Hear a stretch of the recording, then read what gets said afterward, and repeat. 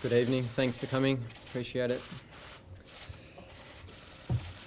To all of my teammates, to fans of cricket all over the world, and to all Australians who are disappointed and angry, I'm sorry. What happened in Cape Town has already been laid out by Cricket Australia. Tonight, I want to make clear that as captain of the Australian cricket team, I take full responsibility. I made a serious error of judgment, and I now understand the consequences. It was a failure of leadership,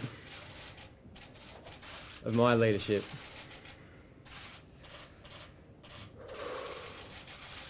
I'll do everything I can to make up for my mistake and the damage it's caused.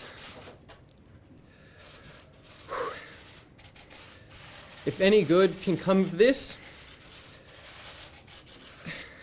if it can be a lesson to others, then I hope I can be a force for change.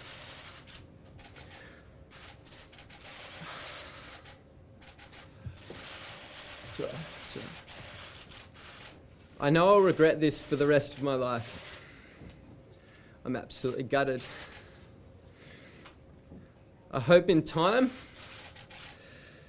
I can earn back respect and forgiveness.